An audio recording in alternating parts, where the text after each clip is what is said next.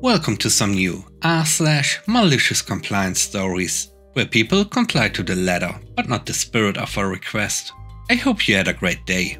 Thanks for all the likes and comments on the last video. If you would like to support this channel, please hit the like button and consider subscribing if you enjoy the content. And now let's start with the first story.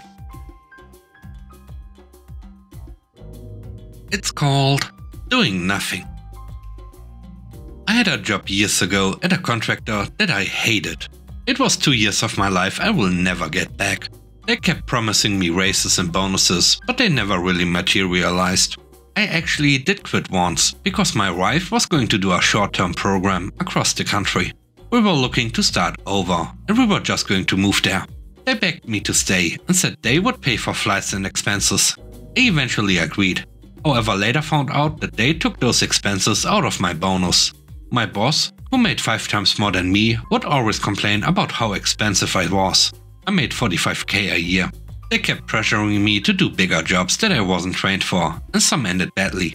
Finally, I had enough and I was done with those jerks. I was able to find another job, my current one now, and I put in my notice. My new boss wanted me to start on the 1st of the month, which was about 1.5 weeks notice.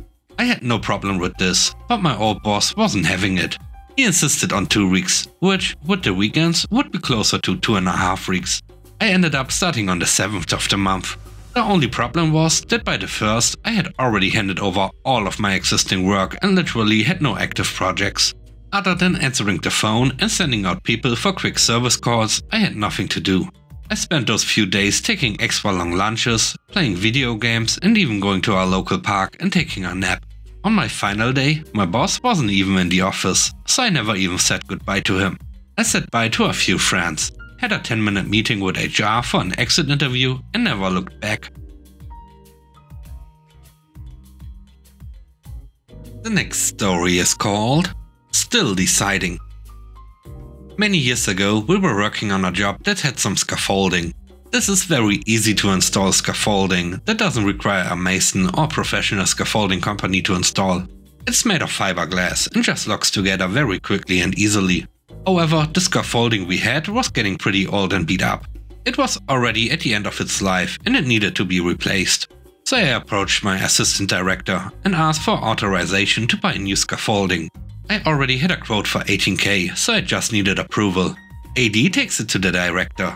And surprisingly, he says, yeah, we actually have some money for equipment and safety supplies right now, but we should ask the other shops to see if anyone else needs equipment too.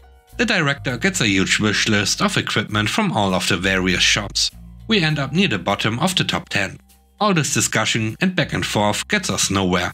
I was begging the AD every few weeks that we needed the scaffolding, and he just shrugged his shoulders and said the director was still deciding. 6 months later, and we still don't have the approval to buy the new scaffolding.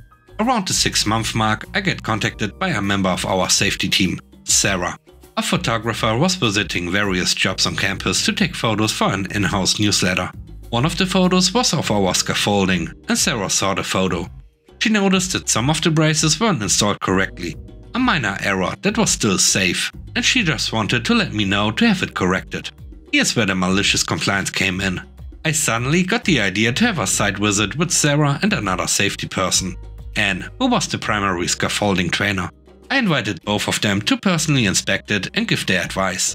While we were there, I pointed out everything that was wrong with the scaffolding. I told them how old it was, how many parts had already broken, and how I really wanted to replace it. They both agreed that the scaffolding was unsafe and tagged it as out of service and told me to no longer use it. I asked them to put it in writing, which they did right away. I print off the email, march right into the assistant director's office and hand him the email. I told him that the scaffolding wasn't safe to use anymore and that we had to stop our job immediately. We were right in the middle of a large, complicated job and no other equipment could be used.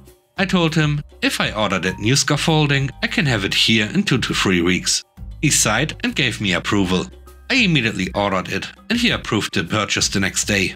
A few weeks later, we got our new shiny scaffolding.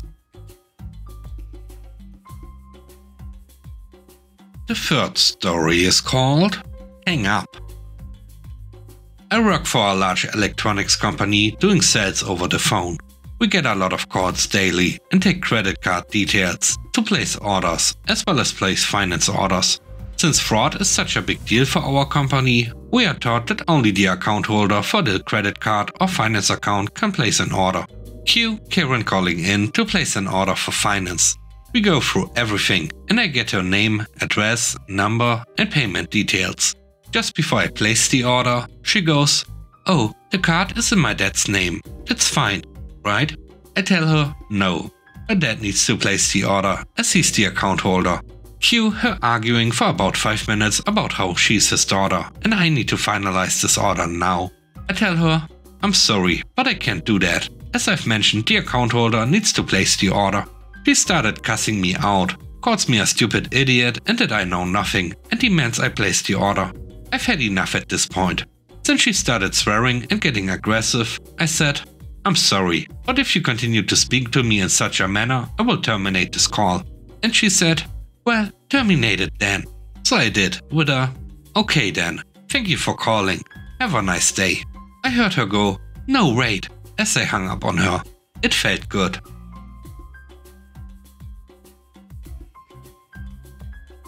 The next story is called Deliver on Time. Every morning for about 4 years, I'd wake up at 7 AM to deliver papers around my neighborhood. My sleep schedule was perfectly timed, so everything ran smoothly. Then the shop I worked for got new owners. They would slowly start adding papers to my round, but didn't pay me any extra. There were weird additions too, like clumps of 3 or 4 houses 10 streets away. I eventually found out that every time a kid quit their street, the owner split up their round and tacked it onto other people's rounds, instead of getting new workers. Before long, the number of papers I had to deliver had doubled. I had to wake up earlier and earlier to take on this extra amount. Every week I would be surprised with extra papers, so I wasn't used to this and delivered late frequently. I also slept through my alarms because my sleep schedule was messed up. Customers started complaining to my boss. Every week I got more texts. "Deliver on time, or we are giving you around to someone else." I bit my tongue for a while. I waited patiently. Then, finally, it happened again. The delivery sheet said I had 10 new papers, all for streets miles apart. It would have added an hour onto my round. Perfect. What did I do? I left them on my curb. Waited for that angry text from my boss. Blah blah blah hasn't gotten their paper. I messaged my boss. "You wanted me to deliver on time, and I have. I think you made a mistake, because these aren't my papers, so I left them on the curb for you to pick up." She eventually turned up and had to deliver them herself 6 hours late. The next morning, the extra papers were gone. Probably tagged onto some other poor teen's round, but from then onwards she never messed with me again. The last story is called Still More. This all happened about 18 years ago. I was a waitress for a village inn. I worked the morning shift because it had the most business. Now, this is back when smoking was still allowed in restaurants and we had a smoking section and a non-smoking section. Our seating chart was designed with this in mind and never changed, even after the restaurant went full non-smoking. On Sunday we had your wonderful church rush that would pack the entire place for hours. So Sunday was totally non-smoking until 3 PM. On the weekends we would have about 8 servers. This meant that the smoking side had 2, while the other side had 6. So if you worked the smoking side you had 10 tables to take care of, while the other servers had 4. Management knew I was good at what I did and would always put me in the biggest section on Sunday, and I could take care of all 10 of the tables, no problem. Now, servers always talk about their tips, and without fail I always made more than anyone else. This caused anger from some of the newer servers, and they said it was because I always got the better section. Management came to me and told me what was going on. And that's when we decided on Malicious Compliance. Okay, you can have my section next Sunday. I will take the small section. But since I am on the other side of the restaurant, I will not be able to help you much. I then got to enjoy a less stressful Sunday, did my job like normal, turned my tables and made a ton of money. The other server was running around like crazy and not getting much done. At the end of the shift, they learned that they made less than the week before because of how badly they were taking care of their tables. The church crowd is horrible if you aren't taking care of them right. It was great to hear the server say, "You can have your section back. I don't want it ever again." This was not a one-time thing. This happened many times over the 5 years I worked there. Every time it happened, I still made more money. Every time we would get a new server complaint, I just smiled and said, go ahead, take my section. I could use a break. And with that, we end today's video. Let me know what you think about the stories. On a scale of 1 to 10, how would you rate the stories and today's video? I hope you enjoyed the video. If you like what I do and want to support me, please subscribe and hit the like button. I hope you have a great day. Stay safe. Bye bye.